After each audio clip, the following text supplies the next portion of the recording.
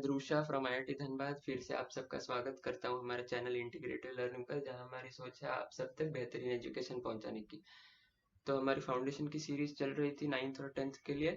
उसमें already 6 videos आ चुके हैं। लास्ट वीडियो हमने किया था इंट्रोडक्शन टू फैक्टोरियल। आज हम उसका एक देखेंगे जहां पर हमको जरूरत पड़ रहा है फैक्टोरियल नंबर्स का।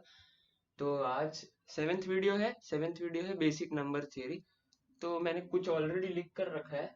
मैंने लिखा है there are two types of natural numbers. तो पहले तो सोचते हैं कि नेचुरल नंबर्स क्या थे, तो काउंटिंग नंबर्स थे 1 2 3 4 5 ऐसे जाते जाते। अब बोल रहे हैं two types of natural numbers. तो two types of natural number से याद आता है कि हाँ, या तो नेचुरल नंबर इवन होता है या तो ऑड होता है। तो इवन नंबर्स को हम ऐसे रिप्रेजेंट कर सकते हैं 2m। क्यों आप पूछेंगे? तो वो इवन नंबर है, इसका मतलब कि वो 2 से डिविजिबल होना चाहिए, या फिर आप ऐसे कह सकते हैं कि वो 2 का एक मल्टीपल होना चाहिए। तो 2m अगर ये नंबर लें तो वो एक इवन नंबर होगा हमेशा। आप m को कुछ भी इंटीजर रखिए, ये उसके पीछे का लॉजिक है। तो ऑड नंबर्स क्या होंगे, उसको कैसे रिप्रेजेंट करें? तो आप 2m+1 को, किसी भी ऑड नंबर को 2m+1 की तरह आप रिप्रेजेंट कर सकते हैं। आप इसको ऐसे भी सोच सकते हैं कि 2m और 2m+1 ही क्यों? तो 2m वो नंबर्स है, इवन नंबर्स, जो कि 2 से डिवाइड करने पर रिमाइंडर 0 देते हो, इसलिए 2m। और ऑड नंबर्स वो है जो 2 से डिवाइड करने पर रिमाइंडर 1 देते हो, जो कि यहाँ पर दिख भी रहा है। 2m+1 को मैं 2 से डिवाइड करूंगा तो ये तो 2 से 2, तो ये तो वो उतना पार्ट डिवाइड हो रहा है, लेकिन 1/2 नहीं हो पा रहा है डिवाइड, तो इसका मतलब वो 1 रिमाइंडर छोड़ रहा है वो। तो इसलिए 2m को मैं 2m+1 की तरह आप लिख सकते हैं। लेकिन अगर ऐसे सोचें, बट अगर आप रिमाइंडर थियरी से ऐसे सोचें कि रिमाइंडर 0 छोड़े 1 छोड़े, तो आप नंबर्स को ऐसे भी रिप्रेजेंट कर सकते हैं कि वो 3 के मल्टीपल हो जाए, या तो ऐसे नंबर हो जाए जिनको 3 से डिवाइड करने पर 1 रिमाइंडर छोड़े, या तो 3 से डिवाइड करने पर 2 रिमाइंडर छोड़े। ऐसे नंबर्स भी आप नंबर्स को ऐसे भी रिप्रेजेंट कर सकते हैं। 3m+3 नहीं कर सकते, क्योंकि 3m+3 फिर से 3 से डिविजिबल हो जाएगा, और वो हमने ऑलरेडी इसी में ले लिया, जो नंबर्स कंप्लीटली 3 से डिविजिबल हो जाते हो। तो 3m 3m+1 और 3m+2, मतलब आप देखिए, अगर सपोज m की वैल्यू मैंने 1 ली तो 3 4 5 आएगा, और फिर 2 लूं तो 6 7 8 आएगा। इसमें m की वैल्यू 1 2 डालूंगा, तो इसका मतलब सारे नंबर्स कवर हो पा रहे हैं m की अलग अलग वैल्यूज लेने पर। तो अब आप सोचिए कि अगर मैं 4 से डिविजिबल होते हुए देखूं, 4 से डिविजिबल होते हैं, फिर 4 से डिविजिबल होने पर 1 छोड़े रिमाइंडर, 2 छोड़े 3 छोड़े, तो मैं नंबर्स को ऐसे भी रिप्रेजेंट कर सकता हूँ 4m 4m+1 4m+2 और 4m+3। तो आपको बेसिक आइडिया ये समझना है कि मैं नंबर्स को मेरे किसी भी चॉइस के हिसाब से मैं उस पर्टिकुलर सम के लिए रिप्रेजेंट करवा सकता हूँ। अब हम आगे देखेंगे कि कहाँ पर हमको ऐसे लेना पड़ता है नंबर्स को, ताकि हम उस सम को सॉल्व कर पाए। तो अब देखते हैं कि इसका यूज कहाँ होता है, कुछ प्रॉपर्टीज के साथ। तो अब देखते हैं कि हम क्या एप्लीकेशंस देख रहे थे, जो कि ऐसे नंबर्स को हम कैसे रिप्रेजेंट करवा के उसका क्या एप्लीकेशन देख सकते हैं। तो सपोज मैं एक प्रोडक्ट कंसीडर करता हूँ 5 × 6, ठीक है ना, ये आता है 30। अब मुझे एक चीज दिख रहा है कि ये 2 से डिविजिबल है, दो नंबर्स का प्रोडक्ट कभी भी, और दो कॉन्जिक्यूटिव नंबर्स का प्रोडक्ट है ना, ये 5 × 6, वो 2 से डिविजिबल हो रहा है। अच्छा, और भी कोई देख लेते हैं। सपोज 11 × 12, ये आता है 132, क्या ये 2 से डिविजिबल है? हाँ है, 2 से डिविजिबल है ये भी। तो मेरे को क्या पता चल रहा है कि मैं अगर दो कॉन्जिक्यूटिव नंबर्स, यानी कि एक के बाद एक ही ऐसे दो नंबर्स लूं और उनका प्रोडक्ट करूं, तो वो हमेशा 2 से डिविजिबल हो रहा है। मैं इसको प्रूफ कैसे करूंगा? इसको मैं प्रूफ कैसे करूंगा?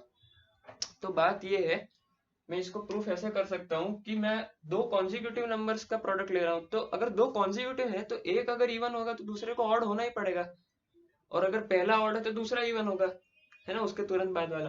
तो मैं ऐसे कंसिडर कर सकता हूँ प्रोडक्ट को 2k × 2k+1 टाइप का ये प्रोडक्ट होगा। और आप ये देखिए, एक नंबर अगर इवन है तो ऑटोमेटिकली वो 2 से डिविजिबल हो जाएगा प्रोडक्ट। इसको आप 2 से डिवाइड करेंगे तो देखिए ये इंटीजर आ रहा है k × 2k+1। इसका मतलब कि product of two consecutive integers 2 से डिविजिबल है। अब सोचते हैं कि अगर 3 कॉन्जिक्यूटिव इंटीजर्स का प्रोडक्ट करें हम तो क्या होता है।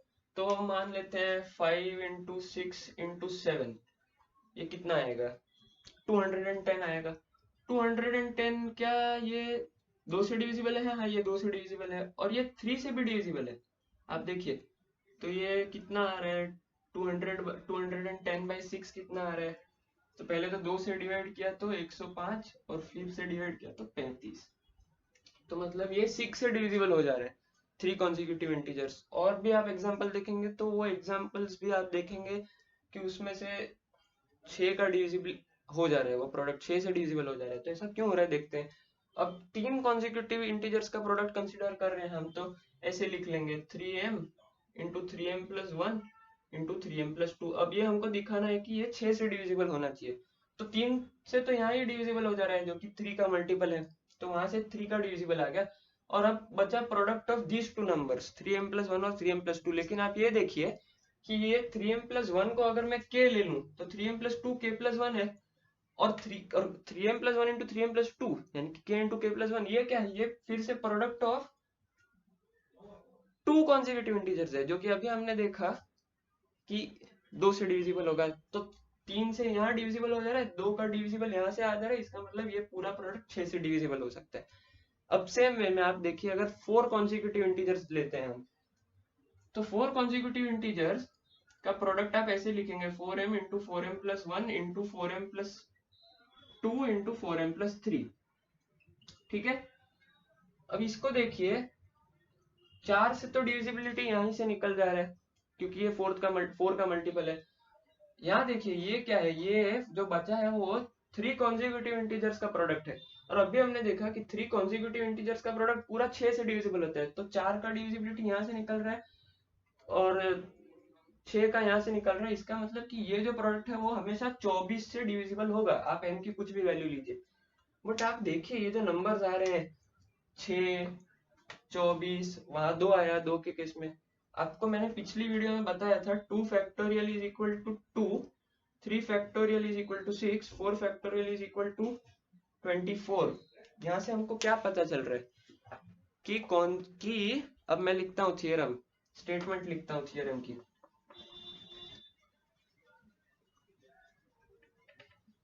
आपको समझ तो आ गया होगा कि आप जितने कॉन्जिक्यूटिव इंटीजर्स का प्रोडक्ट लेंगे, फॉर एग्जाम्पल आपने आर कॉन्जिक्यूटिव इंटीजर्स का प्रोडक्ट लिया, तो जो पूरा प्रोडक्ट होगा ना आर नंबर्स का, आर कॉन्जिक्यूटिव इंटीजर्स का प्रोडक्ट, तो product of r consecutive integers ये हमेशा आर फैक्टोरियल से डिविजिबल होगा। क्या मतलब है, आप 7 कॉन्जिक्यूटिव इंटीजर्स लीजिए, उनका प्रोडक्ट कीजिए तो वो 7 फैक्टोरियल से डिविजिबल होगा। 7 फैक्टोरियल आपको याद होगा 5040 आता था, वो 5040 से डिविजिबल होगा। आप अगर 6 कॉन्जिक्यूटिव इंटीजर्स लेंगे, कोई भी 6 कॉन्जिक्यूटिव इंटीजर्स और उनका प्रोडक्ट करेंगे तो वो 6 फैक्टोरियल यानी कि 720 से हमेशा डिविजिबल होगा। फिर आप मुझे ये बताइए m-1 इंटू m+1, ये 3 कॉन्जिक्यूटिव इंटीजर है ना। m-1 को पहला नंबर मान लो तो उसमें 1 ऐड किया तभी ना m आया, उसमें 1 ऐड किया तभी ना m+1 आया। तो ये 3 कॉन्जिक्यूटिव इंटीजर है, ये भी 6 से डिविजिबल हो जाएगा, है ना। 3 फैक्टोरियल 6, क्योंकि ये 3 नंबर्स का प्रोडक्ट है। तो अब ये चीज अगर आपको पता चल गई है तो आपको ये याद रखना है कि कभी product of r consecutive integers होगा वो हमेशा आर फैक्टोरियल से डिविजिबल होगा। तो बस अगर आज आपको वीडियो अच्छी लगी हो और थोड़ी भी हेल्पफुल लगी हो तो प्लीज़ लाइक कीजिए, शेयर कीजिए, सब्सक्राइब कीजिए, ताकि आपको इस फाउंडेशन सीरीज के आगे जो भी हम और कॉन्सेप्चुअल वीडियोस लाएंगे वो आपको उसका नोटिफिकेशन आते रहे। Thank you.